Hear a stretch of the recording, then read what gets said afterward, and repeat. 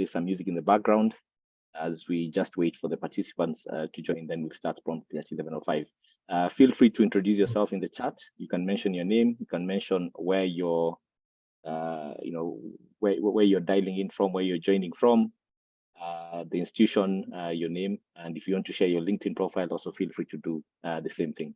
In the meantime, just enjoy the background music. I'll just play it.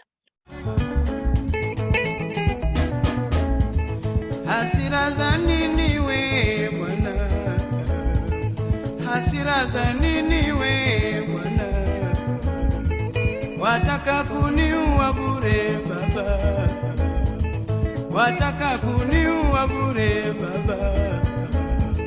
Wewe una wako nyumbani na mimi nina wangu nyumbani, chuki ya nini kati yangu mimi na wewe? Chuki ya nini kati yangu mimi na wewe? Nasema sina makosa we bwana, sina makosa we bwana. Aiyo,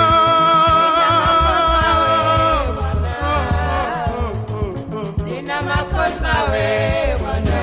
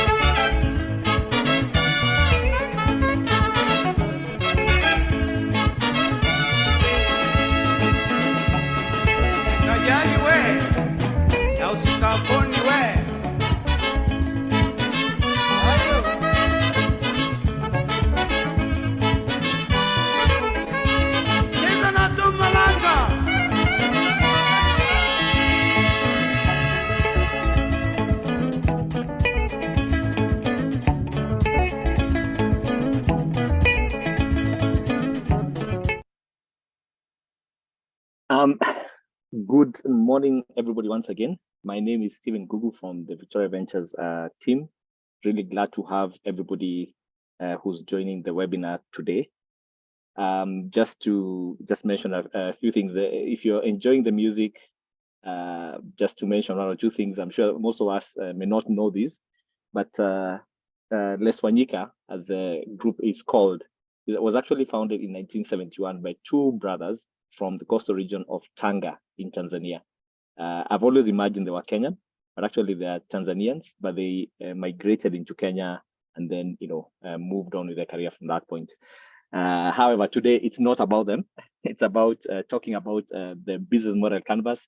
It's all about the researchers who join us, the innovators who join us on a monthly basis just to learn about different aspects in terms of how to commercialize their entities. So allow me just to get started by making a quick introduction to the R2C program. And then after that, I will introduce my two panelists and we'll get started with the panel. We have some really good two panelists to discuss the topic of business model canvas and how you can use that for innovation. But first of all, let me just speak about our program, the R2C program. I'll keep this to 5 minutes and then we can move on straight. So the program, and I hope you can see my screen, you can hear me well.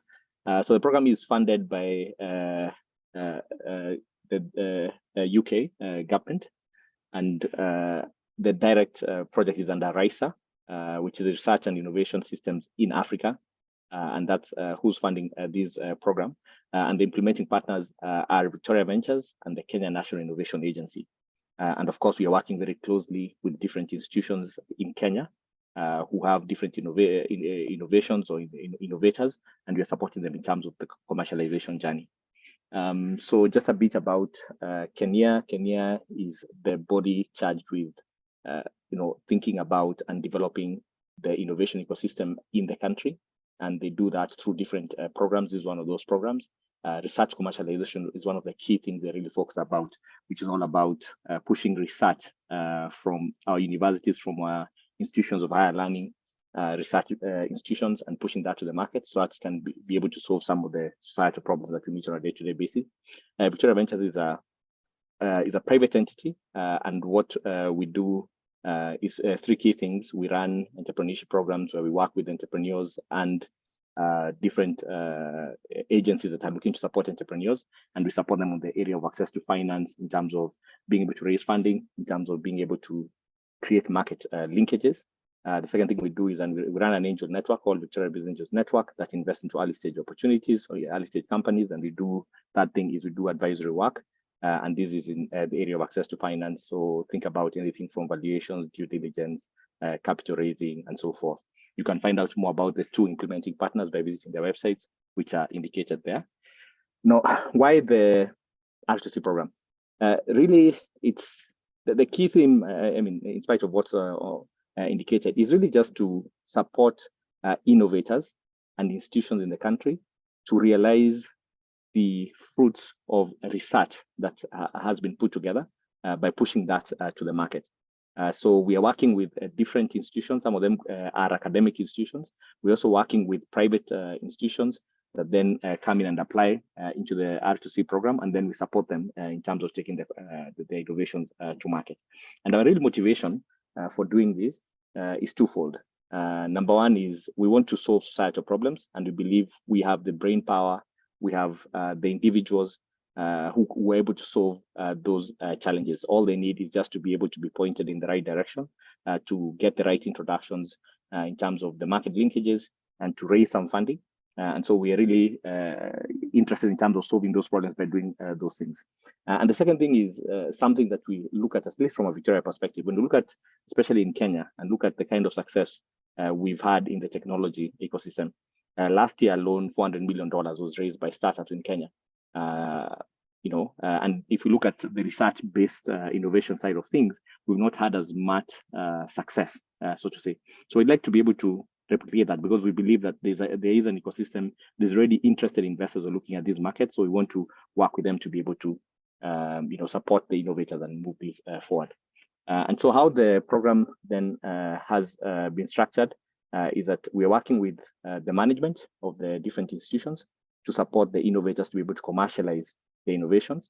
We are working with researchers, and the researchers are the ones who have the innovations, and we're supporting them in terms of being able to get out of the door, as we like saying, and go to the market, meet with investors, meet with the market, and look to commercialize what they're doing. And there we're doing through capacity building, through a lot of coaching and so forth. And then we are working also with the institutions in terms of strengthening their technology transfer capacity, so that we not only just work with the specific individuals we're working with, but they're able to take the content of R2C and push it into the different other researchers in the institution, students in the institution, so that we start creating these seed, or planting this seed of being entrepreneurs and pushing that innovations to the market. And how we run the program is that we have an R2C accelerator training that's going on. I'm sure you can see some people in a room. We have 12 innovators, brand new innovators. This is their first training week. Perhaps they can wave.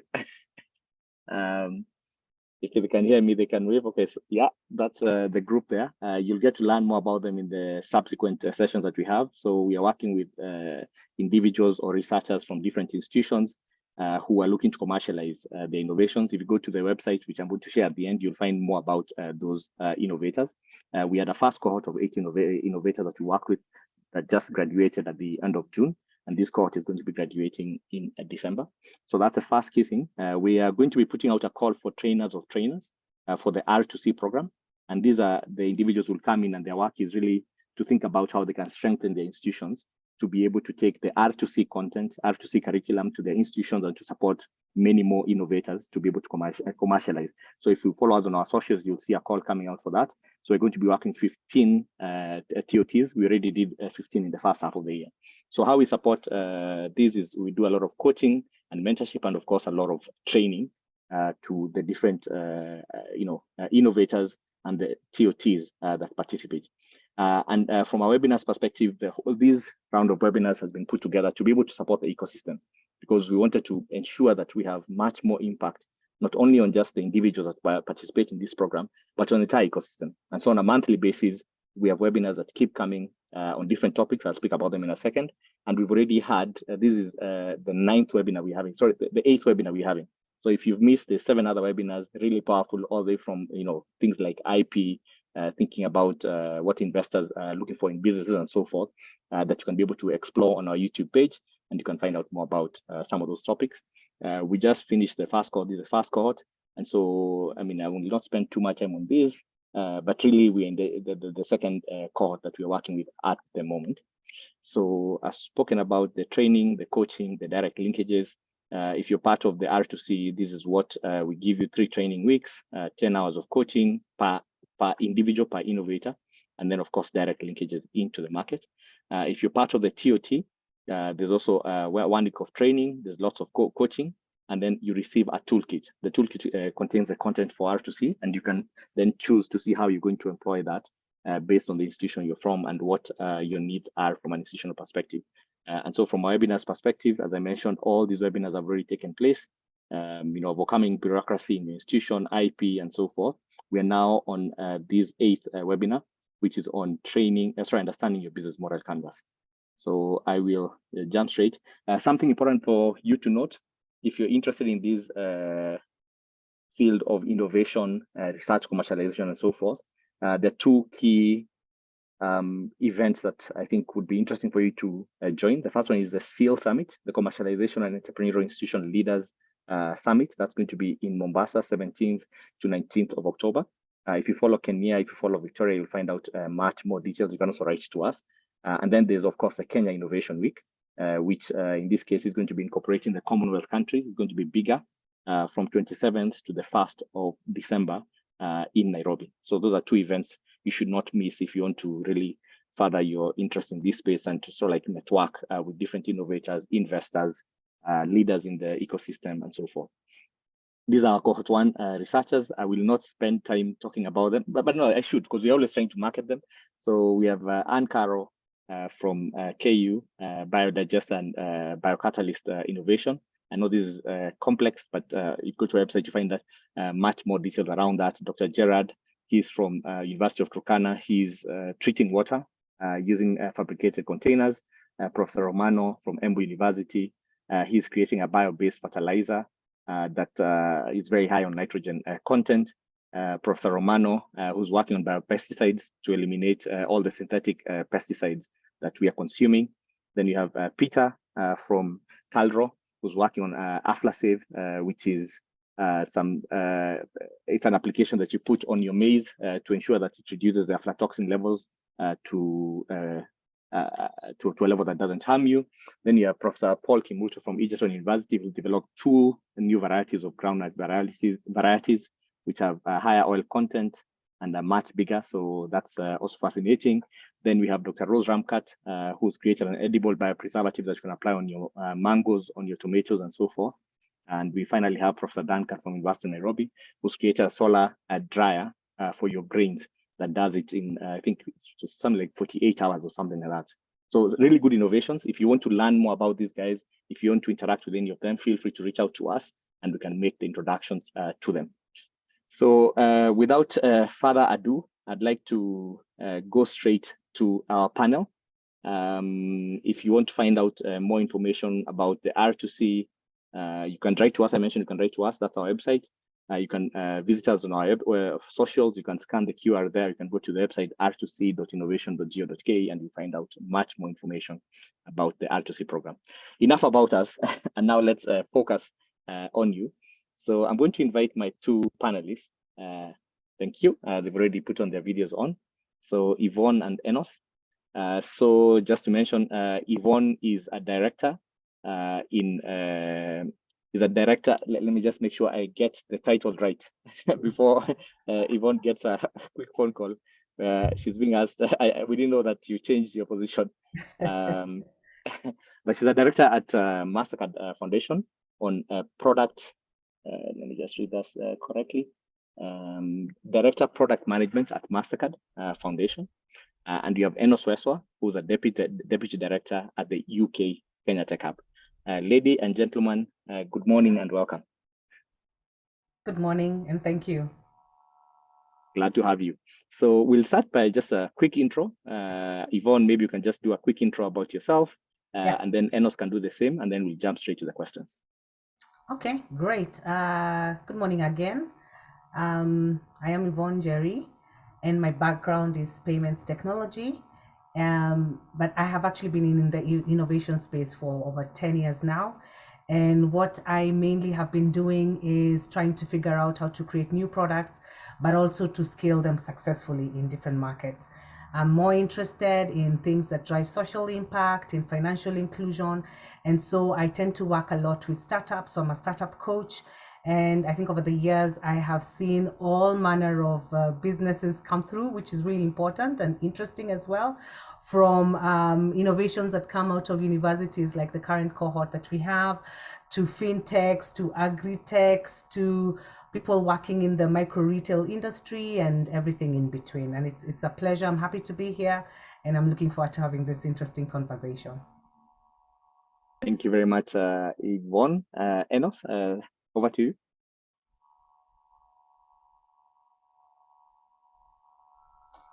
Enos, are you on mute? I'm on mute. Sorry, I was on mute. So my name is Enos Weswa, and I'm the Deputy Director at UK Tech Hub. But before that, I was a venture builder, as well as a network manager. That's investors and mentors network at Innovate Now. So my background also is in startups, and I probably have around 12 years working with startups at different levels and in different areas. I have also worked with quite a number of accelerator programs, about 10, with different organizations like Strathmore. I still do that with Strathmore Women in Tech, Pangea Accelerator Program, and many others. And so I'm really glad to be here. And one of the things that I usually say is that any effort that is going to unlock the potential of the ecosystem is very key. As Google said, we really managed to raise quite an amount of money for the startup sector, but we can do more. So this is just one of those avenues to do that. Thank you. Okay, thank you very much, Enos. Thank you, Yvonne. And let's just jump straight to it. And Enos, I'll start with you. What's a business model and why is it useful? All right, so a business model is actually the engine of your business. When you look at it, it helps you maximize or optimize on how you allocate resources to create value. So it has parts of your resource allocation of creating value. And in creating that value, you're going to use money, what we call cost. And the cost is in different structure. And then when you're looking at it from value creation, there's the bit of delivering that value to the customer. And so there are a number of ways in terms of really looking at it. How do I deliver that value? And then when you deliver that value, you get money in return in terms of revenue. So the efficiency of how you make money is actually mapped out in a business model. Yeah. Okay, thanks for that. And maybe Yvonne, let's contextualize this, right? There's someone who's had big terms from Enos and he's just like, it hasn't sunk. So let's take a company like Safaricom. So for Safaricom, what would be the business model in this case, Yvonne? So I'd imagine, okay, so Safaricom is a big company, but maybe if you could think about when they were starting out. Basically, for me, the way I understand business model is basically how does Safaricom organize its operations? How does it go to market? Who are the customers they target? What are the products they offer? What sort of revenues are they looking to get? Is it from voice, which I think is yes? Is it from data? They've gone into value added services. They now have an agri-tech platform therein. They're going into different areas. So I think I'd say for Safaricom and well, I don't know, Safaricom is indeed a big one, but I'd say thinking about the business model, in my view, they have something we like to refer to as a business to customer model. So they work directly with customers, people who have Safaricom lines. There's M-Pesa as well, which I know is a favorite for many Kenyans as a product. And then they also have business products as well that they sell directly to businesses. So I think that's one of a fairly complicated business model. But I think now that they're identified as one of Kenya's successful companies, it's definitely a model that is working. Thanks for that. And I know it's coming back to you just on the same question of just contextualizing these. So someone is sort of like, okay, I've had Safaricom, they've established what their model is. Did they have these at the beginning? Was this something they knew that this was going to be their business model, or did they experiment their way into it? How does someone think about creating their business model? You're starting today, you're a researcher, you have a product, you're clear this is what my product is, you want to go to market. How do you think about the question of what's my business model and how do you establish that? Enos? All right, thank you. So business model is really simply how you make money. So when you break it down on how you make money, it usually changes with time, but what is the biggest players are usually your customer and the value that you're creating. And you'll find that in the beginning, of course, there are quite a number of misses here and there, simply because it relies on how do you better understand your customers. And you'd find a big company like Safaricom, of course, because they were coming from, they were not created from scratch up. Vodacom was selling some of the services they were doing. They just needed to understand that market. So in the event where they had to create something from scratch, you will definitely have to worry about really understanding if this value actually customer can pay for it. So it goes through a process of really understanding. And you see, at some point in the beginning, that engine was not efficient enough. And that's why they were not making a profit. For that engine to be efficient, you need to get to profitability, and then you get to sustainability and scalability. So at every time you're asking yourself, how can I allocate resources much better to reduce my cost? How can I model the product much better to increase the consumers, to increase the uptake, and to increase also the price, and that essentially translates to more money, and then you kind of get more profit out of it.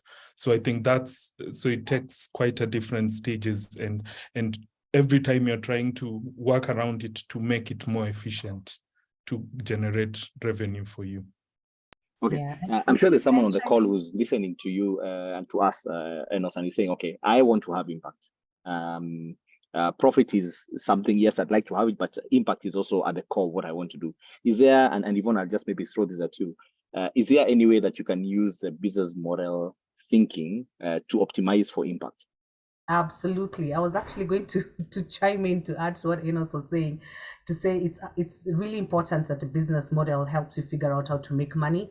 But I think it's equally or possibly even more important to see how the business model helps to drive impact.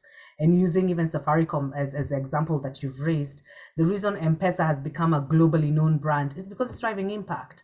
You're able to send money to your parents who are sick at home and they can now go to hospital and see a doctor, whilst before we had to figure out, do I put the money on a Kamba bus or a matatu, and will it reach, will it not reach, will it be eaten in the middle?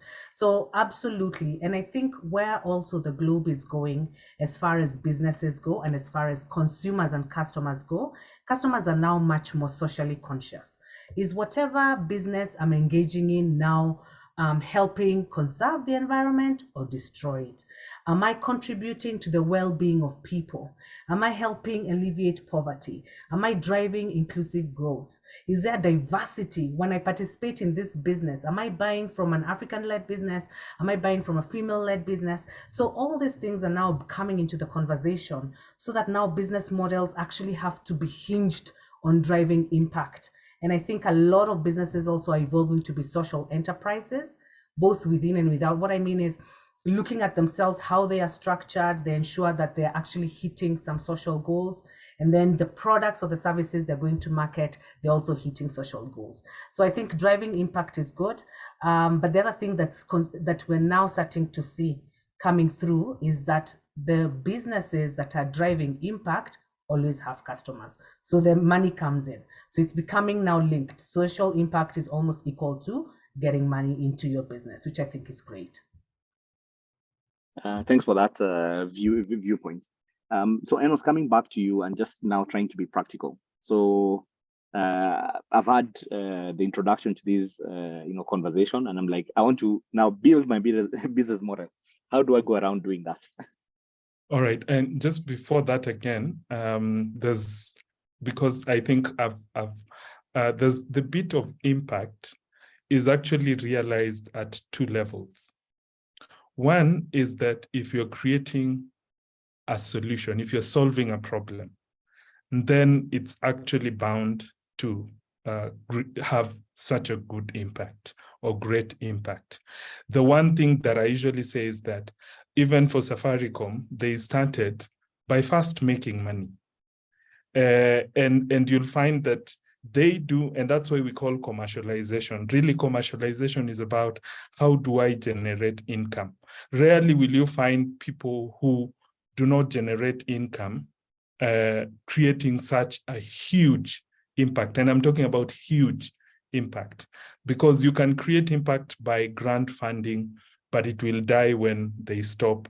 But creating such a huge impact stems from you really solving a problem. And that's why for M-Pesa, they were solving a very noble problem, and they made profit and also impact. And then the level of now social responsibility, corporate social responsibility, where you become intentional on doing this. But at the bottom level is really that we have to have tangible benefit around it. So the next question is really looking at now, where do I start and how do I go about it? So I think, I don't know if it's the right time to jump right into the tool called the business model canvas. But also the business model canvas has many sections. But I think most of you have either seen it, but it's just a canvas that tends to allocate or to break down the parts that are important for your business to start with. But where you're starting with is really starting from the customer segment, understanding who are my customers, what do they value, and then going back to create that value and really trying to do a co-creation, if you can, to see if they are also understanding the value from your point of view, and also having the ability to actually consume that value and give you some money in turn. And then you map out, of course, what resources do I need to create this value? And then after you do that, you figure out they cannot purchase that value if I do not have a favorable pricing model to that value. So you also just figure out, how do I go towards getting to understand how much they can afford this value for? And does it sit like value for money? So it's just a question of first start with the customer, understand that value, understand how much they're willing to pay for that value, and then put a price tag on that value while worrying about what resources can be used to generate that value. Yes. Okay. And for someone who's thinking about the tool that Enos is talking about, I've just shared something on the chat, which shows a whole image of what the business model canvas is, right? And of course, you start with the customer, you ask yourself what the value you're giving to the customers are as you're moving then towards the other quadrants in this case. Yvonne, are there any specific quadrants of the business model canvas that you'd want to just pick out and just speak to that you think are really important in terms of how an innovator needs to think about their business? Yeah, sure. I think I'd say when I think about the business model canvas, for me, what makes sense from a business point of view is thinking about the different quadrants depending on the different things that you're trying to achieve as a business. So one of the things that I found really interesting, even from a practical sense, is just grouping the quadrants into 3 buckets. There's a desirability thing. There's a desirability bucket, a viability one, and a feasibility one. And what I mean is, so thinking from the customer piece, for example, when we look at customer segments, we look at what the value proposition is, what channels, how to go to market, what are the customer relationships we have, is whatever you're creating as a business and whatever you're putting to market desirable to the business? Is this something that customers actually want and are looking for? And one of the things that sometimes we think of as a business is it a painkiller or a vitamin? And I shared this, I think, with the R2C cohort. And what that means is, whatever you're going to market with, do customers actually want to have it? Is it solving a real pain point, or is it just a good to have? And good to haves are not bad. It just means that you have to then figure out the messaging you're going to go with to the market and how you're going to pitch your product to the market. The viability piece is what also Enos was referring to around the revenue streams and the cost structures. Is it worth it? Is what you're doing worth it? And then now the feasibility stream, which is basically the thinking about what kind of partners do you need to work with to get to market? What are the activities that you absolutely must engage in for this business model to work? What resources do you need? Do you need money? Do you need skill sets? Do you need people? All those also help to think about the feasibility of it in terms of, are you able to deliver on the business model that you're putting together?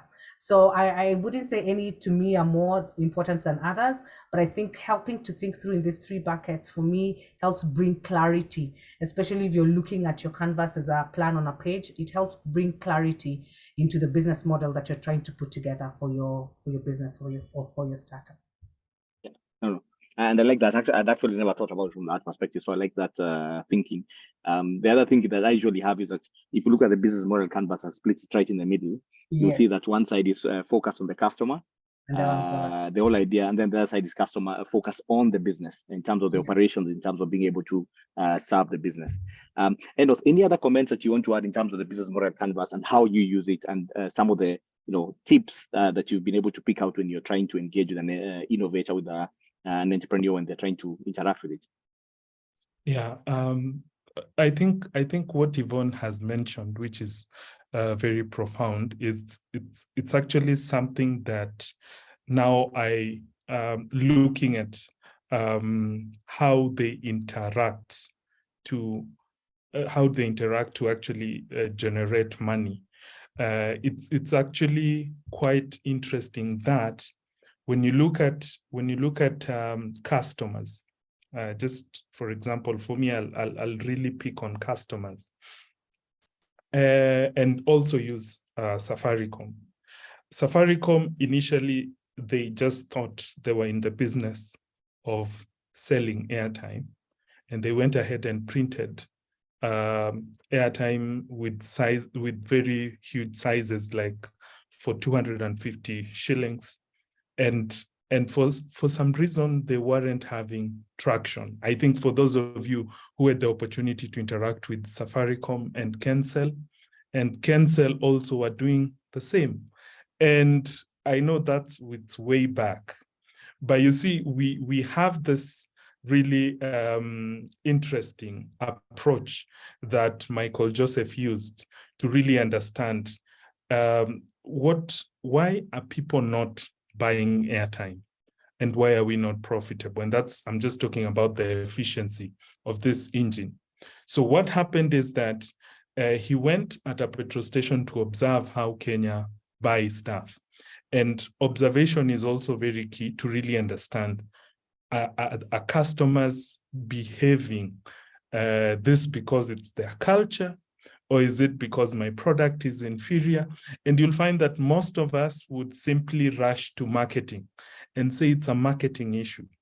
You need all billboards populated with our services, and also the wording. But what was interesting that he observed was that a guy would come in and ask for fuel worth 200, removes a note worth 1,000 bob, and definitely is going to consume all that 1,000 shillings on fuel. But in his mind, he thinks, if I spend little by little, I'm actually saving, I'm being frugal. But so it became such an interesting thing that he picked the economy of Kadogo. And what happens, the only thing he had to do was a better pricing model.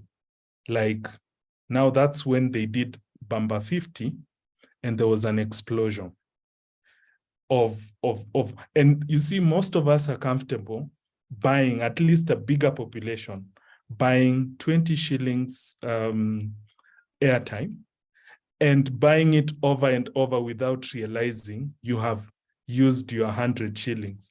But if I tell you to buy airtime of 100 shillings at once, you'd actually think I'm insane, because you're thinking, I am trying to save, I'm trying to be frugal. But that really made Safaricom to be profitable. So just looking at how do I really understand the customer's way of thinking, and how do the desirability, and that eventually will in turn bring about the profitability of what you're trying to do. Yes. Wow, thanks for that. If I didn't know you for as many years as I've known you, I would have said you're with Michael Joseph the entire time at the petrol stations, trying to figure out this issue. But no, Yes. but that's a great insight that when you're thinking about your business model canvas, once you're sort of like done with the theoretical approach of putting the different pieces into it, you actually have to go to the market. You need to go and interact and to try and test the assumptions, right? Because I can imagine if I just try and connect the dots, probably when they started out, they said that these hypotheses that Kenyans can afford to pay 200 shillings, 500 shillings, 500 shillings to buy airtime. And so the revenue model was very simple. That's how we're going to price it, right? From a pricing model perspective. But then they go to market and the feedback they're getting is not what they're expecting. And so then they had to go back to the business model canvas and say, okay, we need to make some changes on this. And then they make those changes, and then the market sort of like reacts. And I guess that iterative process is such an interesting point towards putting together your business model canvas. It's a live document. It's not a document that you finish and say, now we are done. Let's go to market and make money, or let's go to market and make impact. Yvonne, do you want to add anything to this? I want to move to the next question, but I just want to give you maybe another observation to add here. Yeah, I just want to add that also to your point about it being a living document as opposed to a static one. Is also customers change. Customers are also evolving. So where they first started might not be where they are now. Things happen, the age matters, economies matter, and right now maybe it's about maandamano. So you have to figure out and that's why that whole continuous loop of testing is important. It's also good to, at some point in time, your business is successful and you're feeling it's working well, customers love your product, just go back, continue testing, asking questions, the right questions. Then you start also hearing the nuances. Maybe things are starting to shift. They're now becoming more, I'm definitely into the environmental conscious thing. Maybe they're becoming more environmentally conscious and they don't want to pick the 200 bob or the 20 Bamba 50 printed, because now that's paper that's going to waste. especially if it's the young guys. So how do you now evolve your product? Or if you're a banking solution or something, maybe people are more into savings. There's a now insurance culture that's coming up for borders, for example. So I think it's really important to just keep always iterating and going back to the customer, asking questions, getting feedback, and then also planning for your future. So you can actually use this tool as well to help plan for your future so that you ensure that you're always profitable, you always have products that are acceptable in the market. And just to add to what you've just mentioned, I remember this quote I read somewhere that nowadays you don't have very many new products. Most products have been invented. Of course, the researchers are always looking to improve, to have a different perspective on that. But the beauty about business models is that there are as many as we are, right? You can think about what business model to use. And so actually, this article that I was reading was talking about this point that we focus a lot on product development, but you don't spend as much time on business model innovation. Just thinking about what different ways can I use to reach to my customers to ensure they get my product, they get value. I'm able to collect value from that perspective. And you need to think about it just as much as you think about your product development side of things. Okay, so let me switch gears a bit. So the BMC, of course, is one tool that innovators use quite a bit. Are there any other tools that you use? And Enos, I'll start with you, then come back to Yvonne, to be able to complement the experience or what you get out, the value you get out of a business model canvas. All right. Great. So I know, given that business model canvas draws quite a bit from other parts of the business, you'll find that just for the customer alone, and I think that it's part of the program. When you look at the design thinking, and in design thinking we have things like persona, template. We also have things. And also you're facing a bit of a challenge to hear you. I think your internet is a bit choppy. Okay. And it's showing that your connection has a bit of a problem. Maybe I'll just go to Yvonne first, and then I'll come back to you in a sec. Okay. Yvonne, same question as, okay. It's also telling me my internet is unstable. Yeah, maybe it's ours. But it's ours, Yvonne? I think it's ours. Let's just take. Can you hear me? Yes, I can hear you guys. Okay, everybody can hear you. So it seems it might be me. So Enos, please go ahead. No, so I was saying, because we are getting quite a lot of data or information from other parts of the business, like for instance, the customer, there are quite a number of tools that can actually help you feed into this business model canvas. So for customers, you can have the persona profile. You can have what we call, and I think this is also very powerful in segmenting, which we'll look at tomorrow. It's called the customer journey template. So the customer journey is also a very excellent tool. And still under design thinking, there's something called empathy map. So empathy map also is very interesting to really pick this, like the example I've used, to pick some of this behavioral patterns of the customer and all that. Other than that, I think just looking at also, I'm really heavy on customer, and we look at it also something called Javelin Experiment Board. So it's also a canvas, and Javelin Experiment Board is a canvas that really allows you, as Steve has said, when you're validating some of these things, is there a structure to it? Is there a way you can craft those assumptions and run it through the customer and have such a success criteria and say it's a go or it's a drop? So some of those, yeah. And I'm going to ask you, or maybe I should ask Yvonne, because I know she has the perfect answer to this question. Why are we focusing so much on the customer? Have you guys heard of customer is king? So the customer is basically the heart of the business. They're the reason you exist, because if you don't have a customer, then there's no one who's going to be able to pay you the value that you're looking to exchange in terms of your product or service.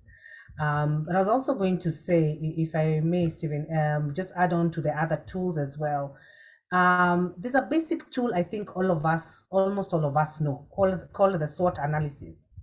Yeah, strength, weaknesses, opportunities, and strength. The reason I always recommend this, especially to businesses that are starting, is because it helps give a business an external view of what's happening out there versus an internal one. So I look at my business, I say, these are the strengths. I think we do this very well, or we can do this very well. I think we have a gap here in terms of weaknesses. When I look externally, there's opportunities that exist because there's some things Safaricom can never do. So maybe as Airtel, we can do this. Or these are the threats. Some people like Equity Bank, they really understand the common mananchi. So if I have a financial services product, I need to also be able to figure out what threats are there around my business. So I think it's also a really simple and something that, I think it's even taught in high schools now, that people can use as a tool. And the other one, which may not be as popular, but I think it's also cool, is the Johari window. So the Johari window is, so when we're trying to also think about the business model canvas, what we do a lot of experiments as well. And this is just so that we can get to know as much, validate a lot of the assumptions that we have to market. So for example, you're presuming that your customer is, person X or person Y. How do I validate that this is truly the person I want to get to? So moving along the continuum of knowns and unknowns, the Johari window is also really helpful because it can help you as a business discover things you didn't know that you didn't know. And the reason that is important is, remember, again, we're looking at sustainable business that Enos talked about. We're trying to figure out, how can my business still be there tomorrow, next week, next year? So if you don't know what you don't know, it means that you're leaving an opportunity for someone else who's also in the innovation field like you are to come up with something new or tweak the business model and come and hit you. So it's also important to be able to establish their knowns and establish even what you don't know. And then see if there are people in your world, partners you can work with to help you cover that gap. Yeah. Yvonne, we lost you there a few times. Oh dear. I think it's partly the internet. Okay. But I think I did pick the Johari windows The and so Johari forth. window? Yeah. I think what I'm going to request yes, we can hear you clearly now. What I'm going to request to both yourselves and Enos, there's a couple of tools you just mentioned. If you could kindly type them into the chat, and someone who's interested can maybe dig a bit deeper into that. I think there was a Javelin experiment board. There was a customer journey map. And there was the Johari window, and there's something else that I think you mentioned. Enos, that would be very useful, I think, for all of us. A SWOT analysis, yes, indeed. Yeah, it should be very good for people to see that. Now, if you have any questions, by the way, I forgot to mention this very early, but I typed it in the chat. If you have any specific question that you'd like to ask, feel free to just jump in and ask the question. You can type that in the chat. I'll pick that up and I'll relay that to our two able speakers. So, Enos, coming back to you. So how do you know that your business model is working? You've put something in the business model canvas. You've started using it. So how do you know it's working? Well, so the work of a business model, basically, like I said initially, is to generate how you make money. So ideally, it's supposed to get you generate money in terms of revenue. And so the probably the most difficult question would be how efficient it is, and efficiency is a question of what we were saying. When you're starting in the beginning, probably your pricing is off, probably your resource mapping is off, really understanding these are the resources. And then you try, and because essentially the most important thing in a business is to lower your costs and increase your margins so that you can capture a lot of value. And that is observed through, of course, how much money I'm making versus what are the costs that I'm incurring to make this money. So I think it's really capturing that element in terms of I'm using X to make 2X. And if it's 2X, it means that I am at a better place, but asking yourself, how can I make sure it's 4X is 3X by just reducing the cost and increasing the revenue as well. But also just looking at an example, and I think I like using example. You know, Steve, I think this conversation we had a long time ago, I used to run a business called Mass Inspire, and you actually helped me incorporate that. It's a very long story. I like talking about it anyway. So at Mass Inspire, I used to have an office in town, and was trying to create value for customer in terms of graphic design and communication. And I remember so well, I shared with you my profile and you said, wow, this is amazing work. And it couldn't translate it in the bank account because I was still struggling financially. And you pointed me to one of the ladies who would help me with pricing, and that was Teresa. And I sat down with Teresa and she was like, this is amazing work. In pricing, this is what you do, A, B, and C. And what happened is that, in fact, it was the time I had to close my office. I closed my office. I had to do actually proposal to the companies I was working with, because what I realized is that companies were not coming to my office. And I'm incurring a lot of money to maintain the office. But they pay me premium when I go to their office.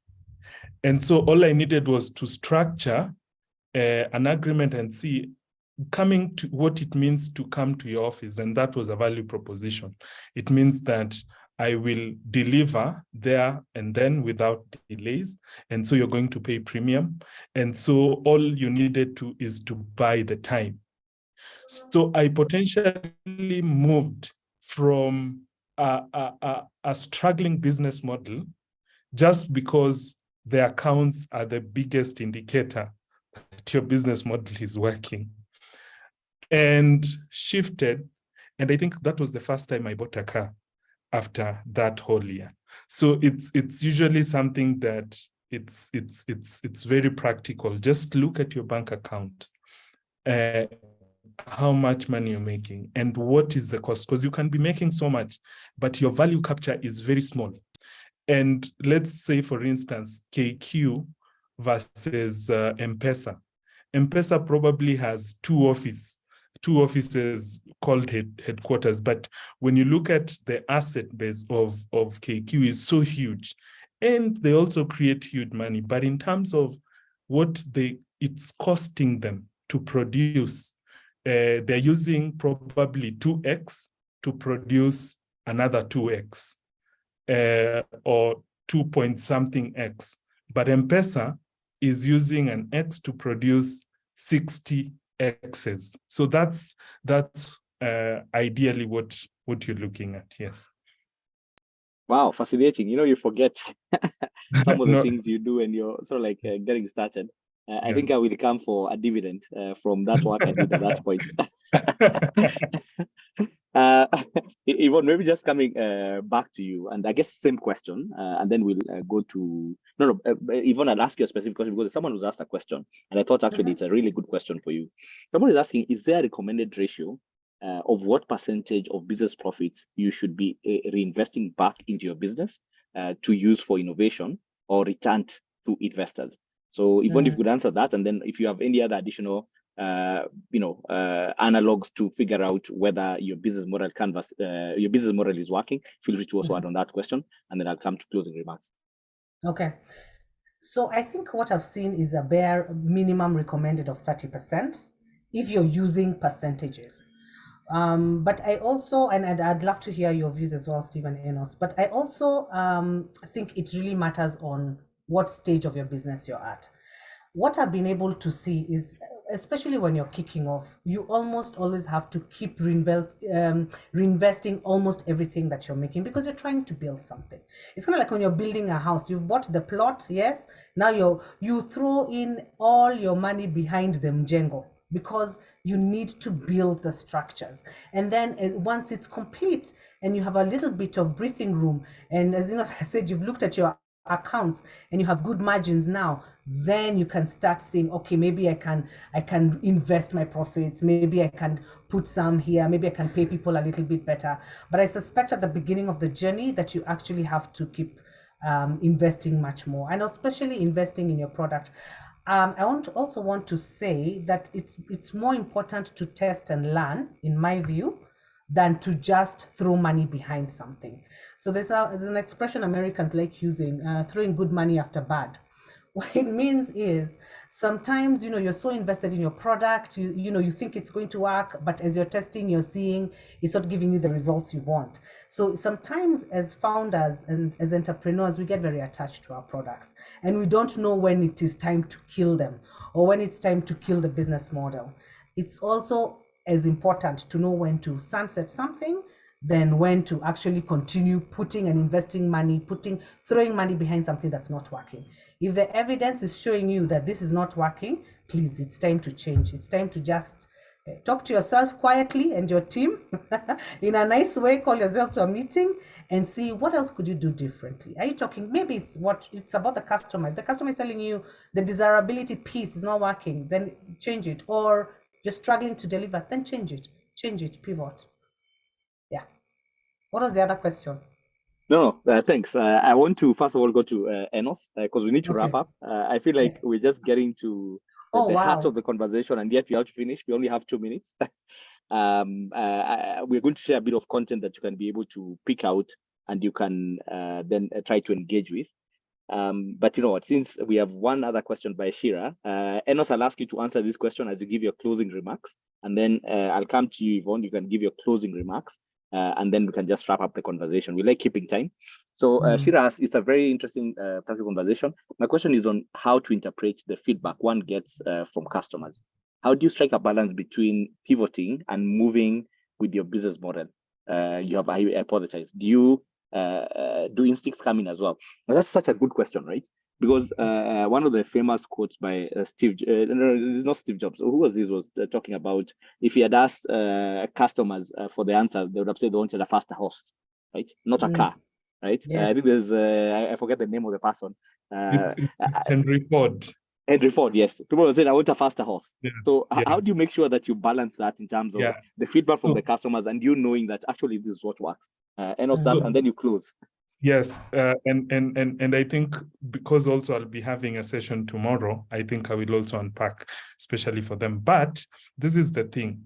Why he said that was that customers don't know what they want. Okay. But I always say absolutely customers know what they want.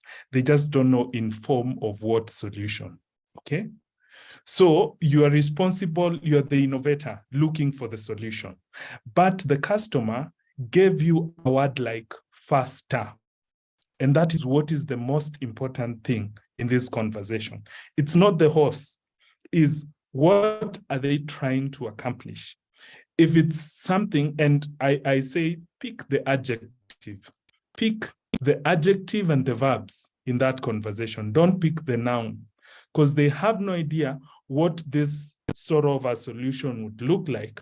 All they have is the idea of performing what they need to perform, either faster, convenient, and those are what we call the value topics. When you pick those value topics, you tend to really unpack that indeed customers want 1, 2, and 3. And as also I wrap up, one of the things that I usually say is that money can be responsible to get the users or to get the customer experience your product for the first time. And you can have that data. But for the second time, it's not money, it's your product. If it's solving a problem, they will come for the second time. And so you cannot cheat this. It's either you're solving something or you're not. Thank you very much.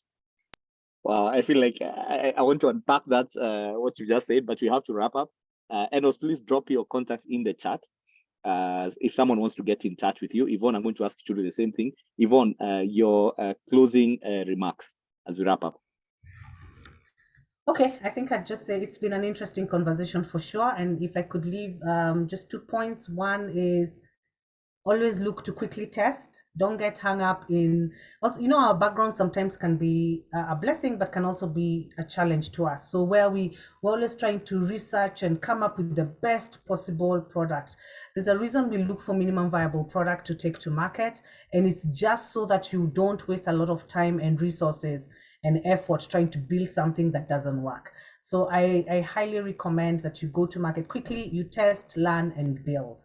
And then the second thing I'd just say is, as entrepreneurs, I think the entrepreneur is almost as important as the enterprise.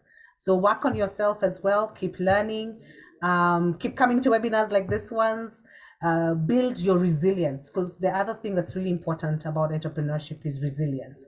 Build your resilience, keep learning as well as a person. Thank you very much, Yvonne. Thank you very much, Enos. I was trying to pick for sound bites, but I may end up repeating the whole conversation that you've just had.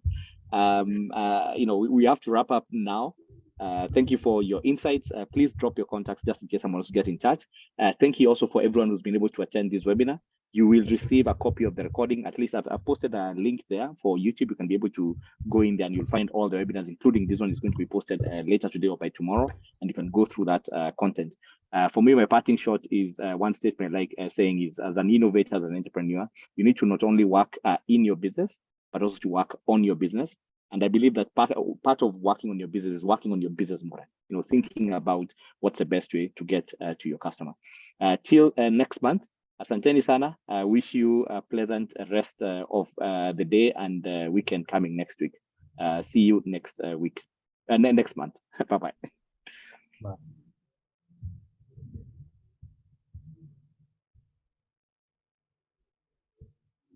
Yes, and thank you everybody who's appreciating our speakers. Feel free to do so if you want to, use an emoticon, a clap, and let me do that also from my side. I think they've done a really, really good job. Asanteni sana. Thank you. Okay, we'll wrap up at this point.